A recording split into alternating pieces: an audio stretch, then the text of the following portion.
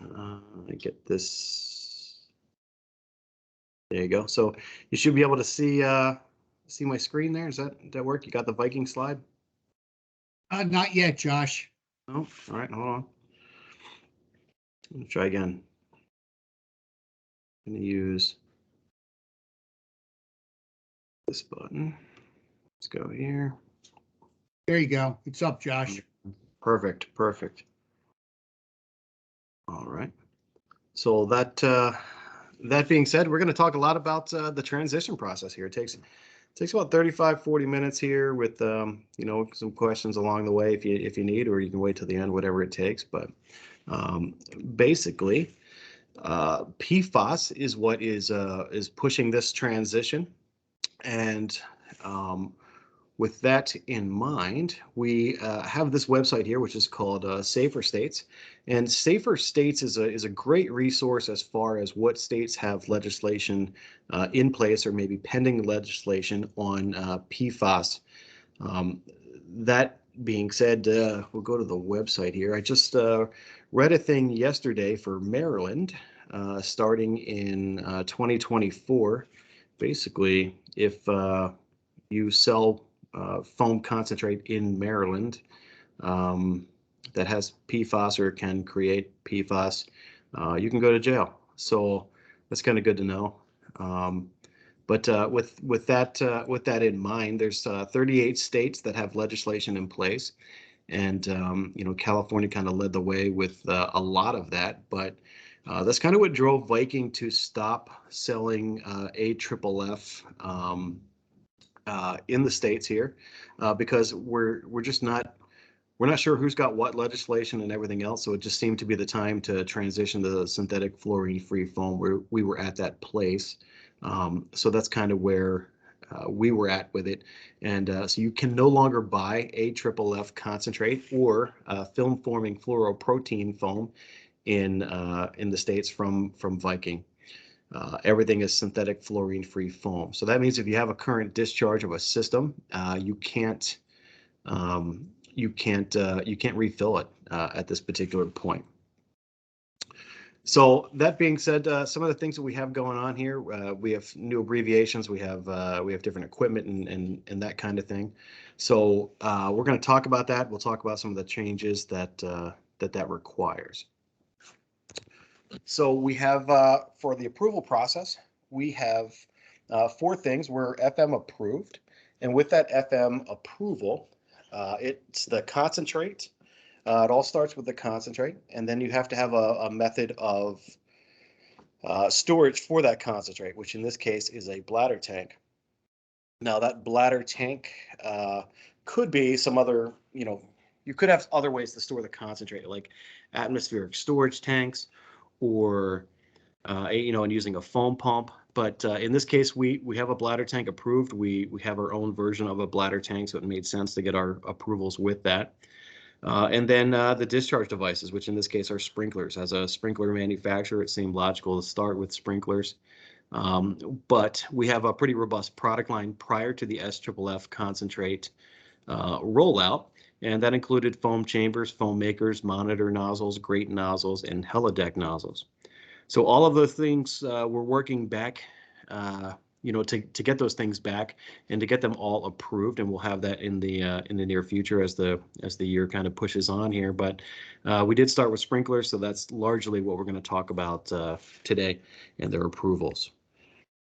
Now, wet systems, pre-action systems, and deluge systems are what we're going to talk about. You look at these systems from a simplistic view in the little diagram there, or drawing, rendering, whatever you want to call it. And really, the only thing that you see different is the proportioner. And that, you know, the only way you'd pick up on that is if you're used to seeing, you know, Viking foam systems, where we'd have ratio controllers or inline balance pressure proportioners. So in this case, we're using a wide range proportioner. And again, if you didn't know that, you really wouldn't see any difference here with that particular picture. So deluge systems, again, the proportioner here, though, is after, or on the system side of the deluge valve. In the past, we had it before or prior to the valve. So that being said, that is a little bit new to us. but it does work out. It did go through its approvals, and everything is good to go with that. If we go to pre-action system, the only real difference that you see there versus the deluge system is we're throwing that check valve on top of the deluge valve itself. But from the foam system, nothing has really changed as far as how that looks.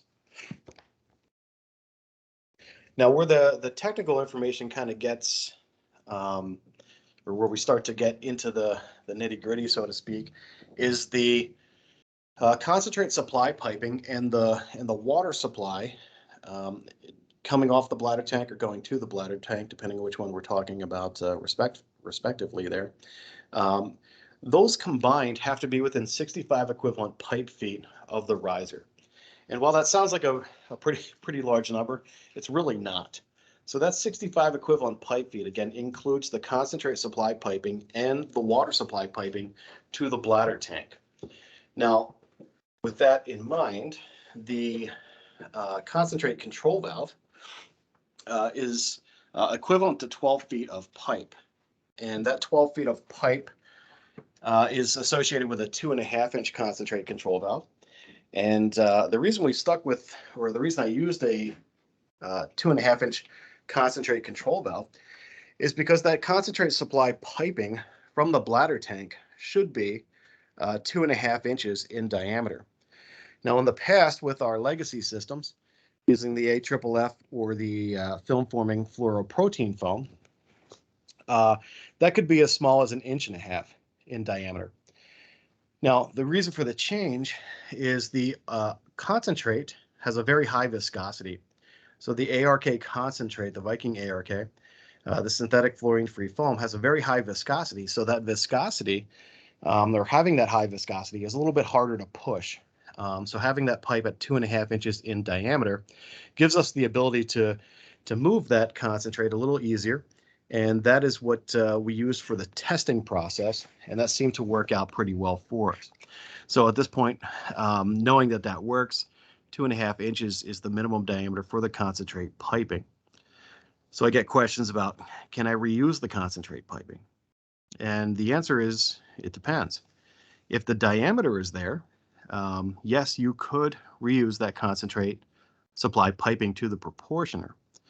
Now, when we're talking about the approval process, the FM approval is with the concentrate, the bladder tank, the proportioner, and then the discharge devices.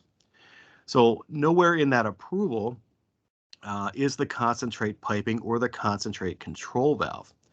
So when we're talking about transitioning a system, if the concentrate supply piping is large enough, yes, you can reuse it again.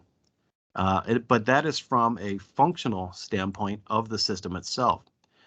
Now, you may have AHJs or environmental authorities that say you cannot reuse that concentrate supply piping, but that is going to come down to the individual AHJs or the individual environmental authorities, because that concentrate supply piping, had pure concentrate in it. So in some jurisdictions, they want it completely removed and completely replaced, regardless of whether or not it can work from the size standpoint. So again, that answer is, can you reuse it? It depends. Now, the water supply piping, that can be reused. But to talk about that water supply piping to the bladder tank itself, the inlet size of the water supply to the bladder tank and the outlet size to the concentrate supply piping, those two things are going to be the same. And they're going to be the same size, I should say, and they could be either 2-inch or 2.5 inches. They'll stop barking in a second, I apologize. That supply piping, the inlet and the outlet are going to be sized the same depending on the capacity of the bladder tank itself. So with smaller tanks, it's going to be 2 inches. With medium-sized tanks, it'll be 2.5. So that'd be between or just over 500 gallons of capacity. They'll go to 2.5. And I think around 750, it goes to 3-inch. So the water supply piping to the bladder tank itself, that piping is going to be sized based on the inlet size for the water. So if it's 2-inch, you're going to use 2-inch pipe. If it's 2.5, you're going to use 2.5-inch pipe. The concentrate outlet on the top side, though, we had just said that we want that to remain at 2.5 inches. So if you have a bladder tank, a smaller system where there has a 2-inch outlet on the top, you would run that concentrate supply piping in 2.5 inches. So you'd have to increase it right when it comes out of the bladder tank itself. If you had a 3-inch piping, then that could remain, and you could reuse that 3-inch concentrate supply piping. That doesn't make a difference. We would just reduce it at the proportioner itself. So at the end of the day, the minimum concentrate supply piping is 2.5 inches, and whether you can reuse it or not depends on the size and the environmental authorities or the AHJ's take on how that should function out. That concentrate supply piping on the top, again, I should have clicked on that a little bit sooner, but it's 2.5 inches, and that's basically the minimum. 3-inch would work as well. The Viking ARK concentrate, it's a synthetic fluorine-free foam. That synthetic fluorine-free foam is what's replacing the AFFF. It's not a plug and play or just a drop-in replacement. It depends on it depends on a couple other things. Like, other things have to be changed in the system, piping and everything, to make the system work. So synthetic fluorine-free foam, again, it has that FFF in it, where the other systems, the legacy foam systems, had AFFF, and that was aqueous film forming foam, where now it's synthetic fluorine-free foam. So keeping that FFF in it definitely confuses people. So we want to make sure that our terminology is right. It's if you combine those two terms, you end up with with synthetic film forming foam, and that's not a thing, right? So it's synthetic fluorine-free foam, and that's replacing the aqueous film forming foam. So the concentrate is alcohol resistive. It's an ARK concentrate, and that concentrate is kind of the Swiss Army knife of concentrates. So we can do hydrocarbons with it. We can also do polar solvents. So that's not a problem for us. So that being said, the foam comes in totes. It comes in drums. It comes in pails. It's all the same things that we had in the past. And that little badger icon that you see there on the screen, that's synthetic fluorine-free foam. And that little badge is just indicating that that particular concentrate is fluorine-free. So as we go through here, you'll see that there's the little word compatible that gets added underneath it. And that little word compatible just means that those components are compatible with the synthetic fluorine-free foam.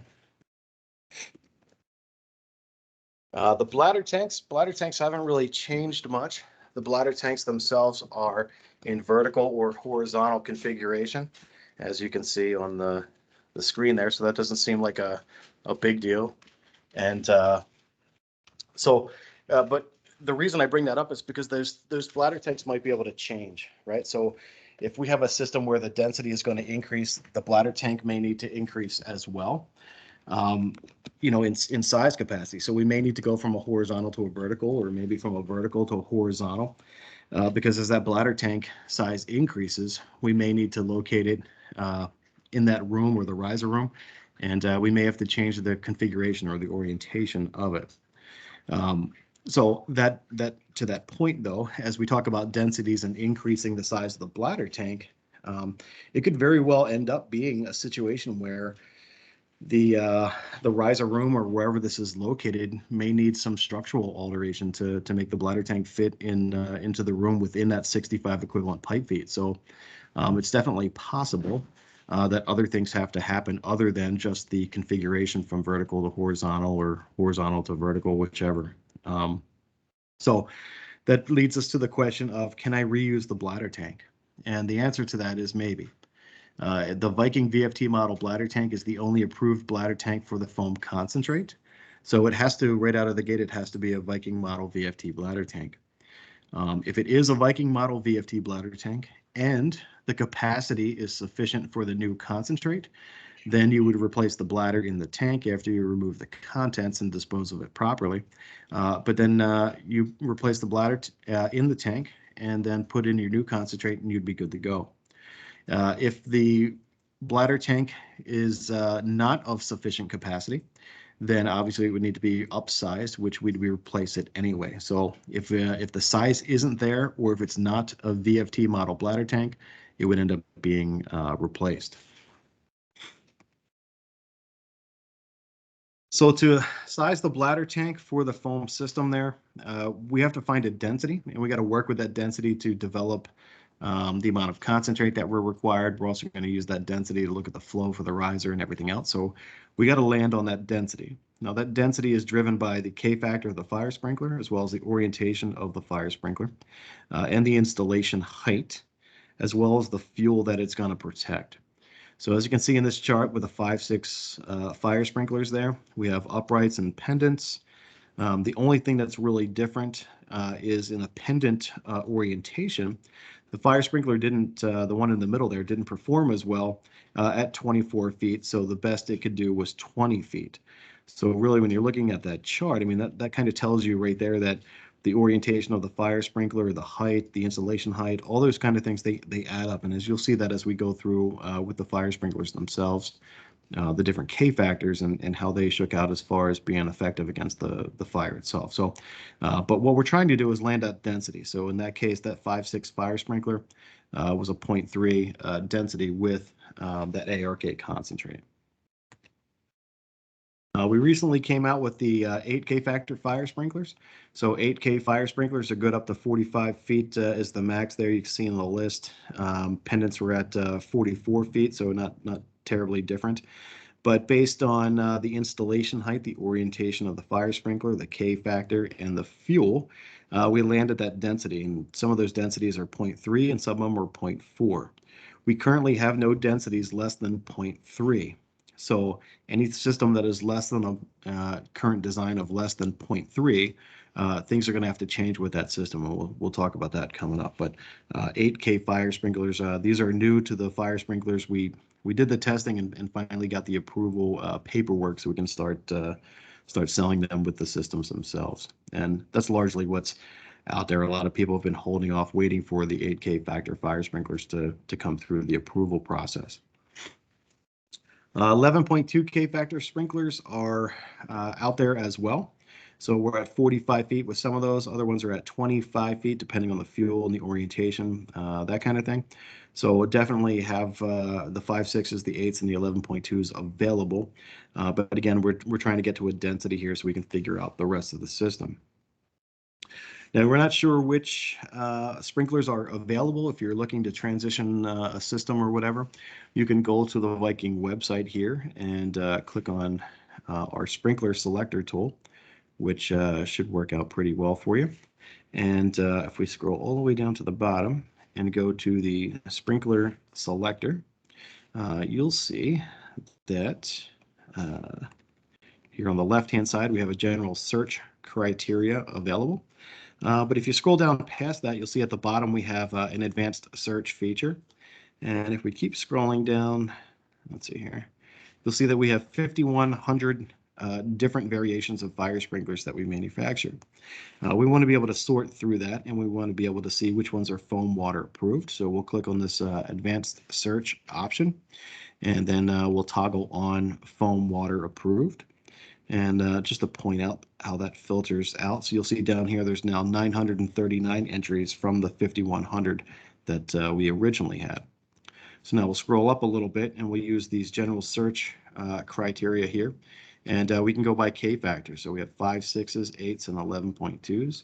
We go to the 8K factor fire sprinklers. We hit the search feature. And that'll take us to, let's see how many stuff. Should we get like 400 or, there we go, 351. And so that gives us our options for that. Now, you want to land on that density. So now you've kind of filtered through that and what you're looking for. You can click on this foam data button here, and that will bring up our tech data sheet, and that'll give you that density that you're looking for, so that we can figure out the rest of the planning here and the equipment we need for the riser themselves.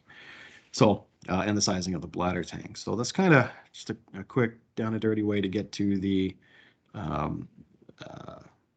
density there for us, so that we can figure out the rest of the equipment itself. So here we have an example. We're going to size the bladder tank. So it's density times the area times the concentrate, percentage, duration, safety factor, and that'll shake out to the concentrate amount that we need for the foam system itself. So if we're transitioning a system, we could very likely find a system right now out of NFPA 16 that has a density of a 0.16. Now that 0.16 over 5,000 times 3% times 10 minutes, which is our duration out of 11, then our safety factor of 15, that'll get us 276 gallons of foam concentrate. That foam concentrate would be put into a bladder tank that would be 300 gallons of capacity, or have 300 gallons of capacity. And that bladder tank is about 8 feet tall and about 3 feet in diameter.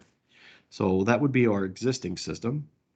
And if we were going to transition that to a synthetic fluorine-free system, we would want to land on that density, which in this case, we have nothing less than a 0.3 currently with the ARK concentrate.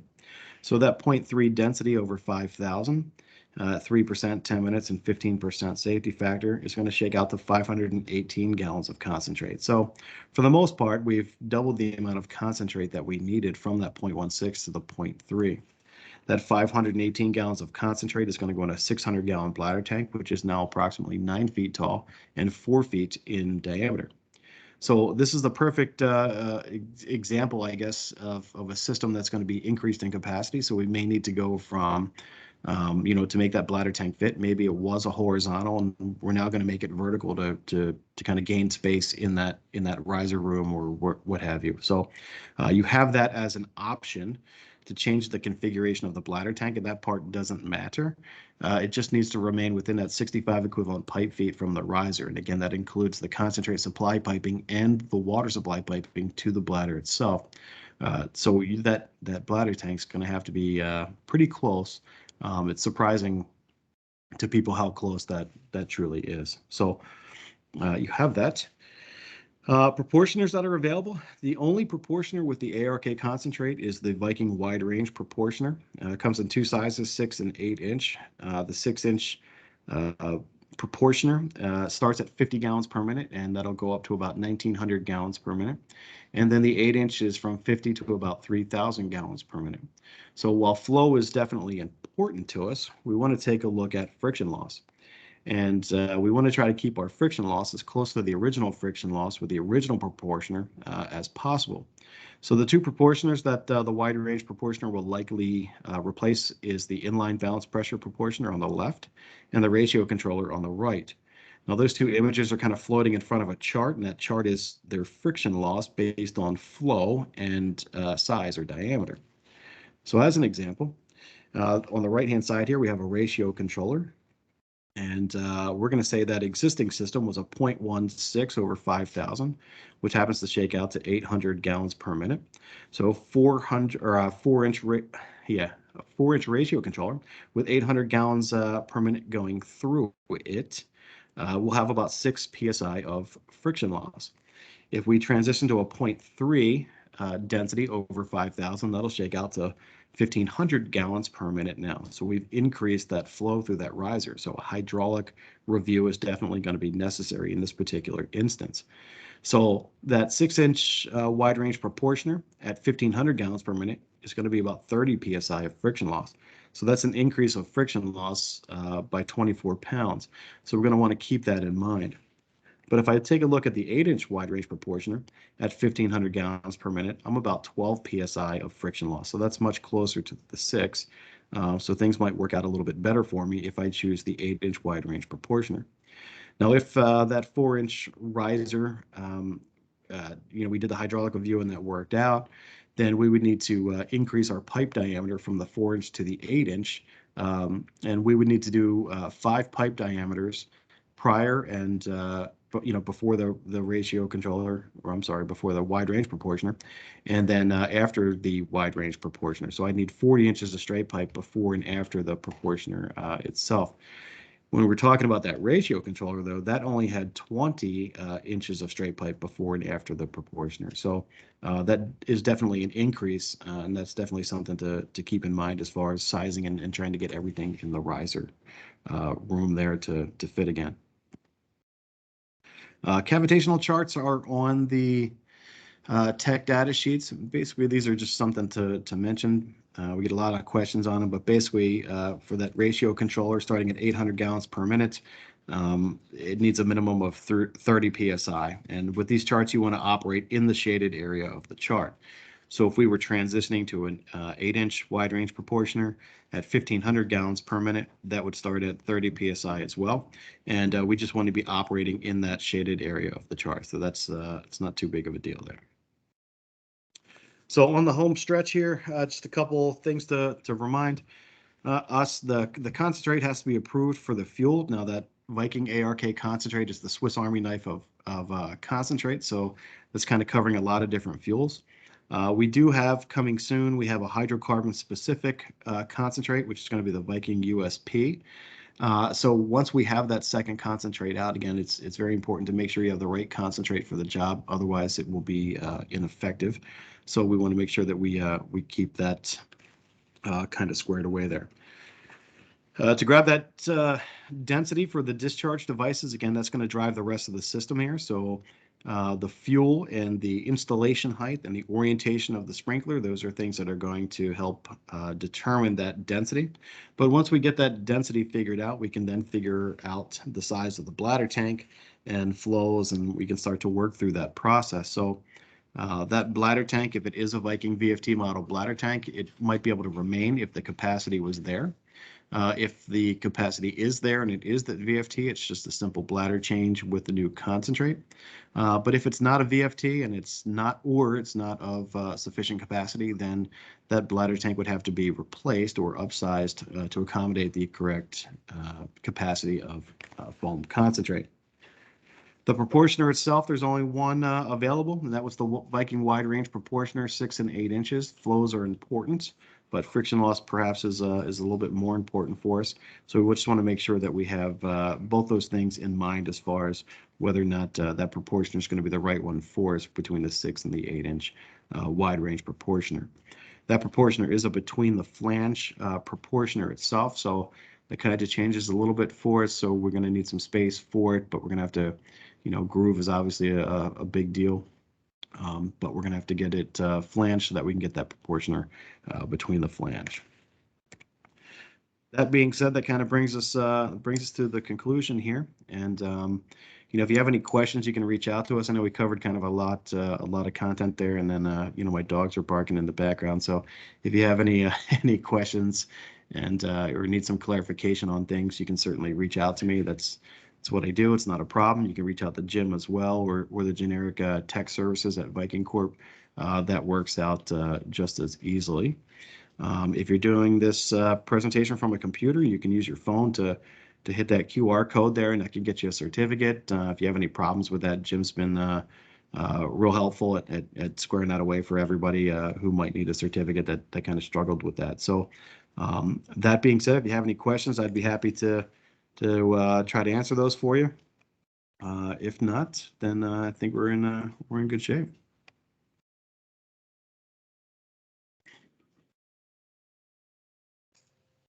Yeah, Josh, I got the international. I'm sorry, you cut out there. Yep. So the international community, you guys stopped selling here in the U.S. Is that true internationally as well? It's not internationally. So if there's so just here in the U.S., in the Americas really is where we stopped selling the AFFF. So if there's no regulations against it or that particular concentrate, we'll probably continue to sell until we don't have it anymore. But we have no intention of bringing any more of that on board.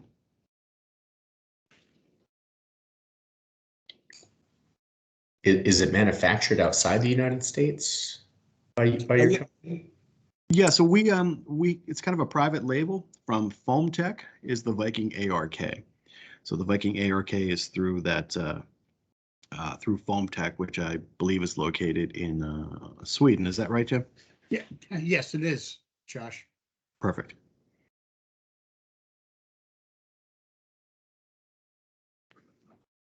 Hey, Josh, this is Steve White. The quick question is, how does this low foam system react with the spill safe?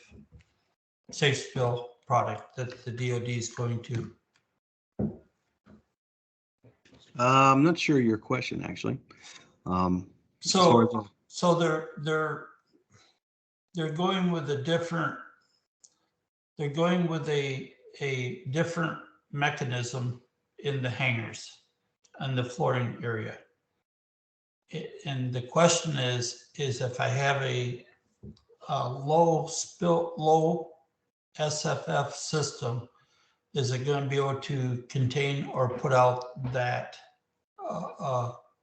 basically a concealed fire within the floor space or a trench? Okay, so if the concentrate is going into the trench, which is where the Yes. liquid is and the liquid's on fire. Yes. So like look at a fuel cell, and if you have a spill on the floor, it's going to flow towards that. Sure. In the past, I know that wasn't always looked at from a pool fire situation. Okay. And that's why I'm asking, was it tested in that manner? Do you know? Yeah, I don't know that it was specifically tested in that manner, but I would assume as long as the finished foam from whatever the devices that it came from, Sure. like maybe a grate nozzle or whatever, as long as that finished foam could get to the fuel, it should be able to extinguish it. But Okay. I don't know that it was specifically tested for that. I'd have to dig into that. Well, the reason I'm asking is in the past, the AFFF formed a blanket, and Mhm. I'm not sure how effective this new foam is, the fluorine free foam. Yeah. Is with that respect. Yep. So the fluorine free foam actually works. I want to say similar to it. It creates a layer on the top, and it's almost like a gel-like layer that's on top of it. So all the fuels that we have approved for, it'll create that gel-like structure on top of the fuel, and it'll extinguish the fire. One of the things is that we are finding that the synthetic fluorine-free foam, unlike the AFFF foam, we know that the AFFF foams that were out there did fantastic on certain fuels, and then others it kind of struggled with. Well, the synthetic fluorine-free foam is actually just the opposite. On fuels that were easy to extinguish are now a little bit more difficult, but then the difficult fuels are now super easy. So there is definitely a change in that, but as long as it can get that gel-like structure over the fuel that it works with, then it will extinguish the fire itself. So, and we've proven that in those tests with the FM testing.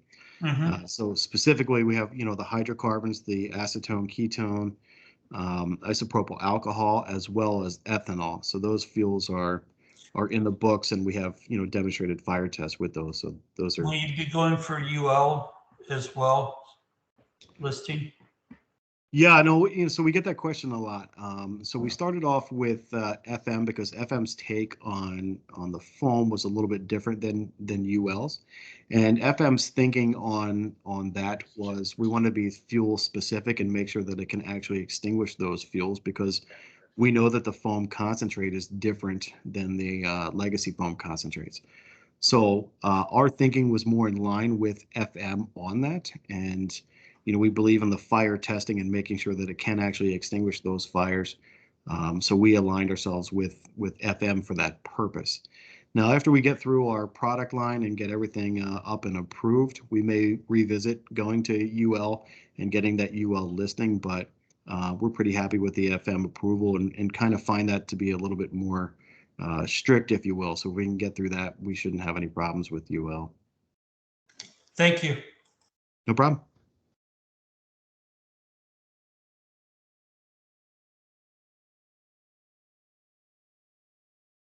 Perfect. Well, Jim, if there's no more questions, I think we might be in good shape here. Okay, Matt, any comments before we leave? Matt's on mute. No, I'm good. Thank you. Okay. All right. Well, Matt, thanks for the opportunity for Josh to present today. And of course, if you need anything from us, reach out to me. Matt, I know Josh provided a lot of information in a short period of time. And if you'd like, I can send you that PowerPoint presentation And the people that are in attendance here, if they would like to get a copy of that, just let me know and I'll get that down to you. Yes, if you're willing to send that out, that'd be great. Yeah, I can do that because I think I have everyone's email address here. But if not, I do have Matt's, and Matt hopefully will distribute it to everyone for me. Yep. Okay. What I'll do is I'll add it to the website, including a link to this Great. presentation. Good. Well, thanks a lot, and everyone have a good evening.